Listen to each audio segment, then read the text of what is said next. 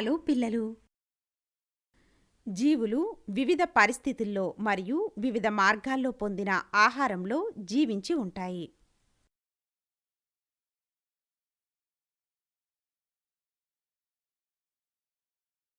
కిరణజన్య సంయోగ క్రియ ద్వారా మొక్కలలో ఆటోట్రోఫిక్ పోషణ గురించి మనకు తెలుసు.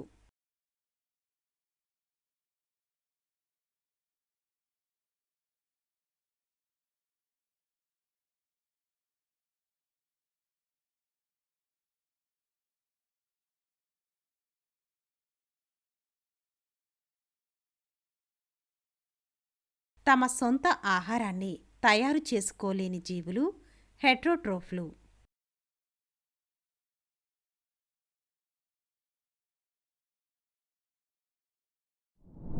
నేను మోనిక.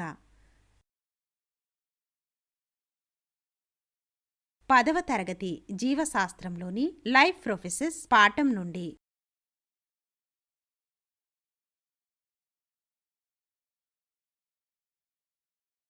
పోషకాహార లోపాలు మరియు వ్యాధుల గురించి మీకు వివరిస్తాను.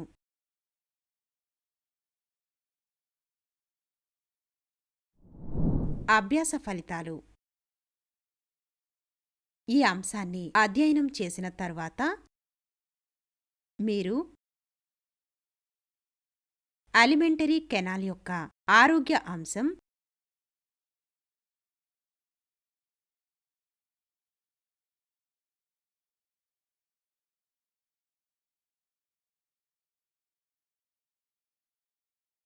పోషకాహార లోపం వల్ల వచ్చే వ్యాధులు,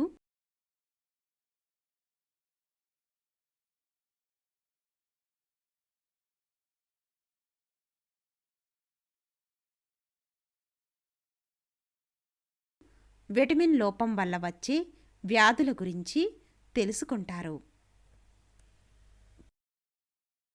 కీలక పదాలు: అలిమెంటరీ కెనాల్,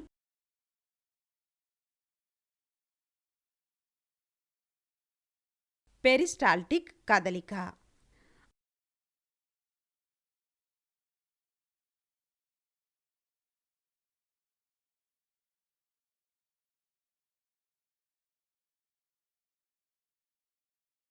వికారం,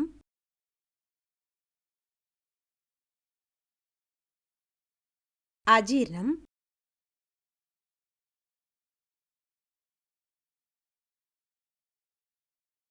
కడుపులో పుండు,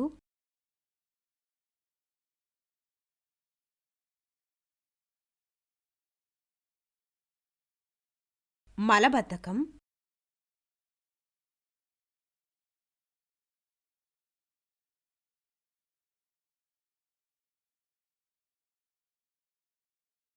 పోషకాహార లోపం,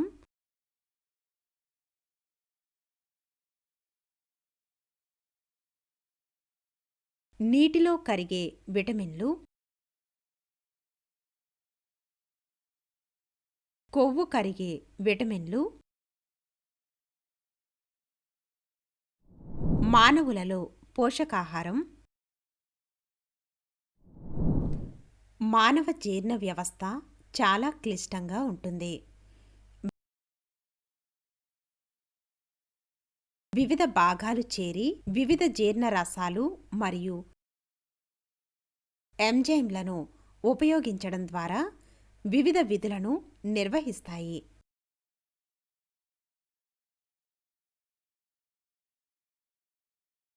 అలిమెంటరీ కెనాల్ అనేది నోటి నుండి పాయువు వరకు విస్తరించి ఉన్న పొడవైన గొట్టం.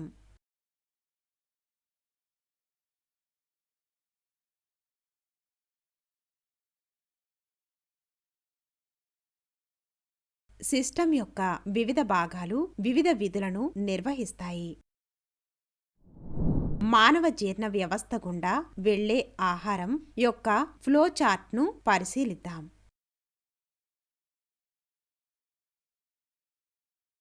అలిమెంటరీ కెనాల్ యొక్క ఆరోగ్య అంశాలు.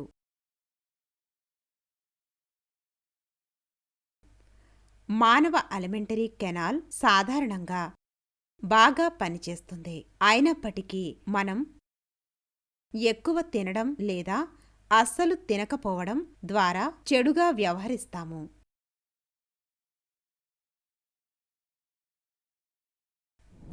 అయినప్పటికీ కొన్నిసార్లు అది తిరుగుబాటు చేస్తుంది మరియు మనకు అనారోగ్యం లేదా అజీర్ణం ఉంటుంది. శరీరం అనవసరమైన లేదా హానికరమైన పదార్థాలను ఎలా తొలగిస్తుంది? వాంతులు అనేది కడుపు నుండి అనవసరమైన లేదా హానికరమైన పదార్థాలను వదిలించుకోవడానికి శరీరం యొక్క పద్ధతి.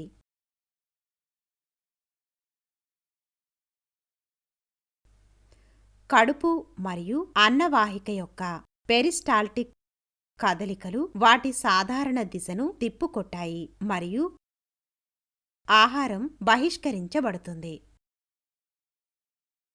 వాంతికి అనేక కారణాలు ఉన్నాయి, కానీ అతి సాధారణమైన వాటిలో ఒకటి అతిగా తినడం, ముఖ్యంగా ఆహారంలో కొవ్వు శాతం ఎక్కువగా ఉన్నప్పుడు. మనం చాలా జీర్ణం కాని లేదా విషపూరితమైన వాటిని తిన్నప్పుడు కూడా వాంతులు సంభవిస్తాయి. మనకు పచ్చటి వాంతి వచ్చినప్పుడు సాధారణంగా పిత్త లేదా లివరిష్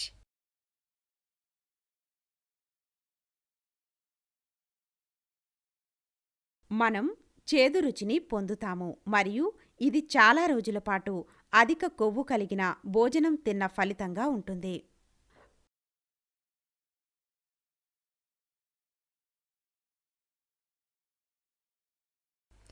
కాలేయం అధిక కొవ్వును తట్టుకోలేకపోతుంది మరియు మనకు వికారంగా అనిపిస్తుంది.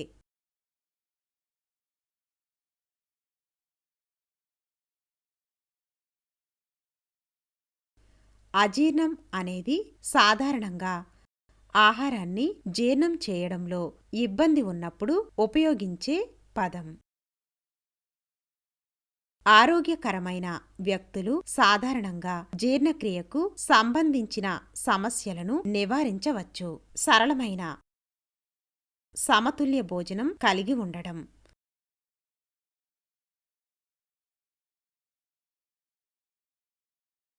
వాటిని తీరికగా తినడం.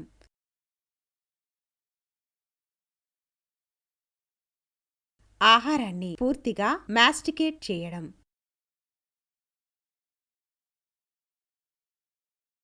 ఆహారం తిన్న వెంటనే హింసాత్మక వ్యాయామం చేయకుండా ఉండటం.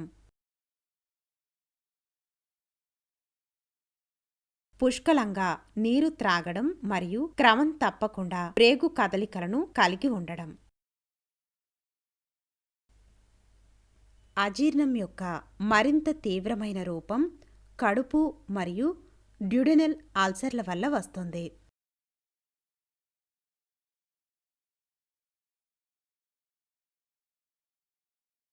ఈ పరిస్థితులు తొందరపాటుగా లేదా ఆందోళనగా వర్ణించబడే వ్యక్తులలో తరచుగా సంభవిస్తాయి.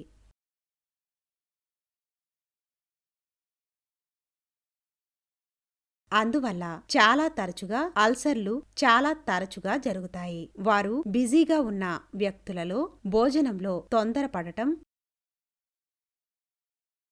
మరియు తగినంత విశ్రాంతి లేకుండా ఒక పని నుండి మరొక పనికి పరిగెత్తడం అలవాటు చేసుకుంటారు. విశ్రాంతి తీసుకోగలిగిన వారు, నిరంతరం ఒత్తిడికి గురికాని వారు మరియు తక్కువ వేగంతో జీవించేవారు చాలా అరుదుగా అల్సర్లను పొందుతారు. అన్ని జీవ ప్రక్రియల సరైన పనితీరుకు అన్ని జీవులలో తగిన మొత్తంలో ఆహారం అవసరం. ఇది కేవలం ఆహారం తీసుకోవడం మాత్రమే కాదు, వ్యర్థ పదార్థాల సమీకరణ మరియు బహిష్కరణ ముఖ్యమైన పాత్ర పోషిస్తుంది.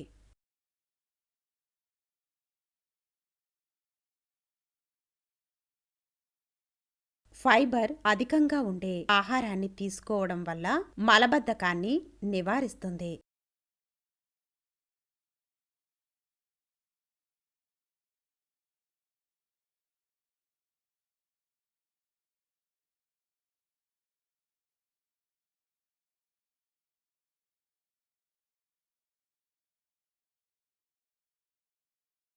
జీవ ప్రక్రియలను సంపూర్ణంగా నిర్వహించడానికి ఆహారం ప్రధాన వనరు అని మనకు తెలుసు.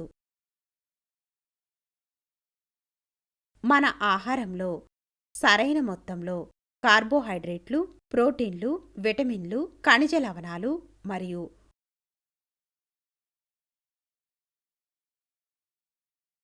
క్రొవ్వులు ఉండేలా సమతుల్యంగా ఉండాలి.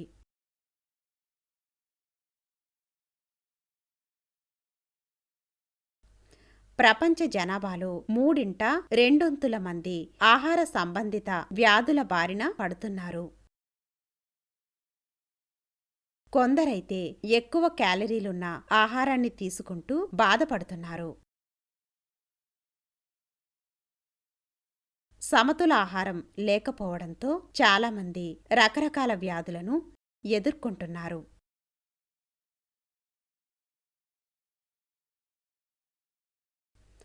ఆహార లోపంతో వచ్చే వ్యాధుల గురించి చర్చించడం చాలా ముఖ్యం.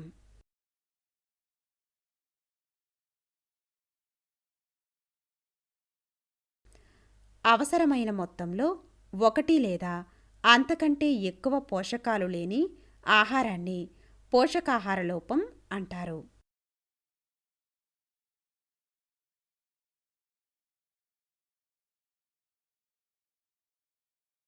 పేలవమైన ఆరోగ్యం, ఆకలితో అలమటించడం, పోషకాహార అలవాట్లపై అవగాహన లేకపోవడం, సామాజిక, ఆర్థిక కారకాలు మన దేశంలో పోషకాహార లోపానికి కారణాలు.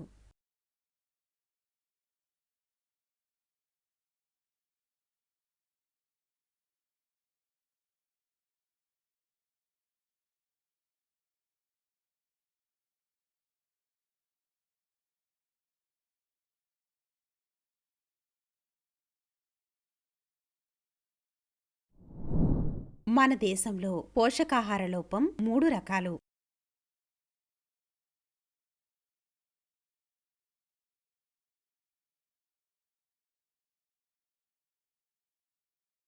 క్యాలరీల పోషకాహార లోపం, ప్రోటీన్ పోషకాహార లోపం, ప్రోటీన్ క్యాలరీ పోషకాహార లోపం. పిల్లలలో పోషకాహార లోపం యొక్క హానికరమైన ప్రభావాలను మనం గమనించాలి.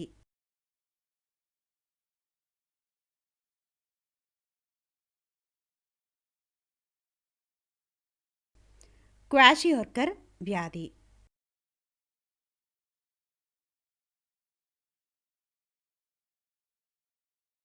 ఆహారంలో ప్రోటీన్ లోపం దీనికి కారణం.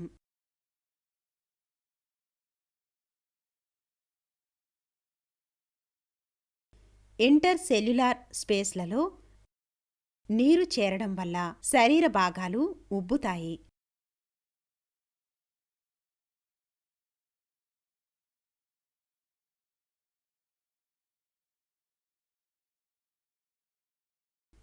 చాలా పేలవమైన కండరాల అభివృద్ధి, వాపుకాళ్ళు, మెత్తటి ముఖం, తినడానికి ఇబ్బంది, అతిసారం మరియు పొడి చర్మం ఈ వ్యాధి యొక్క లక్షణాలు.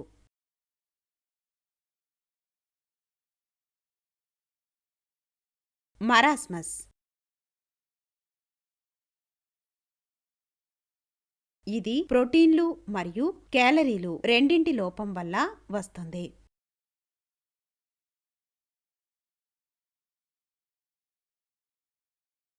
సాధారణంగా ఈ వ్యాధి వెంటనే రెండవ గర్భం లేదా పునరావృతమయ్యే బిడ్డ పుట్టినప్పుడు సంభవిస్తుంది. సన్నగా మరియు బలహీనంగా ఉండటం, వాపు, అవయవాలు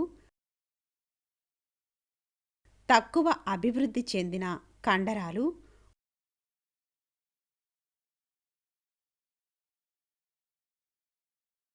పొడి చర్మం, అతిసారం మొదలైనవి ఈ వ్యాధి యొక్క లక్షణాలు.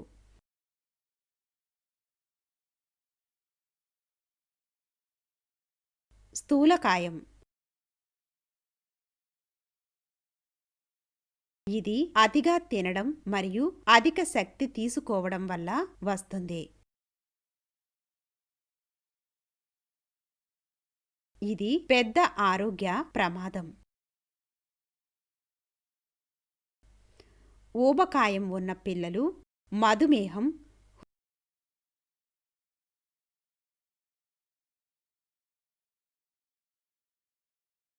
హృదయ సంబంధ వ్యాధులు,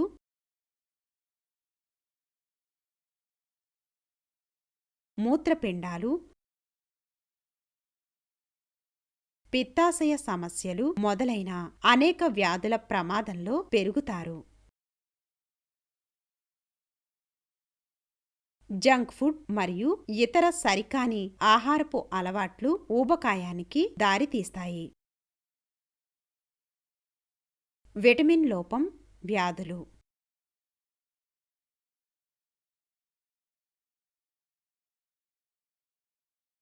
విటమిన్లు జీవ సంబంధిత పదార్థాలు. తక్కువ పరిమాణంలో అవసరమైన సూక్ష్మ పోషకాలు ఉన్నాయి. విటమిన్లు శరీరంలో సంశ్లేషణ చేయబడవు. మనం సాధారణంగా విటమిన్ లోపంతో బాధపడము. మన శరీరానికి విటమిన్లు 2 విధాలుగా లభిస్తాయి.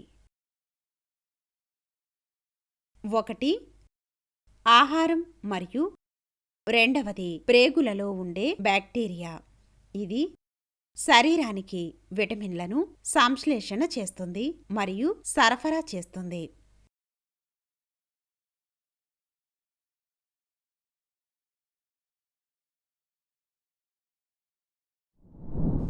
విటమిన్లు 2 గ్రూపులుగా విభజించబడ్డాయి. 1 నీటిలో కరిగే విటమిన్లు. బి కాంప్లెక్స్, విటమిన్ సి మరియు మరొకటి కొవ్వులో కరిగే విటమిన్లు. విటమిన్ ఏ, డి, ఇ మరియు కే.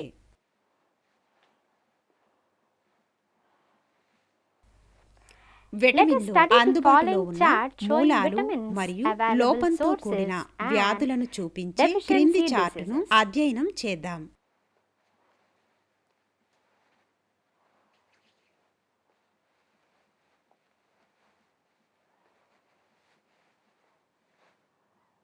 గుర్తుంచుకోవలసిన పాయింట్లు. వాంతులు అనేది కడుపు నుండి అనవసరమైన లేదా హానికరమైన పదార్థాలను వదిలించుకోవడానికి శరీరం యొక్క పద్ధతి.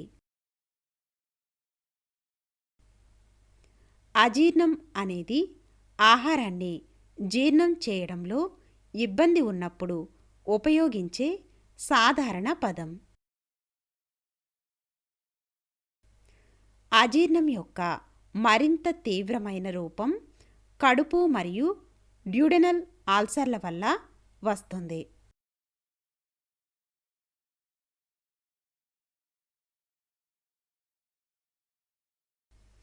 అనవసరమైన మొత్తంలో 1 లేదా అంతకంటే ఎక్కువ పోషకాలు లేని ఆహారాన్ని పోషకాహార లోపం అంటారు.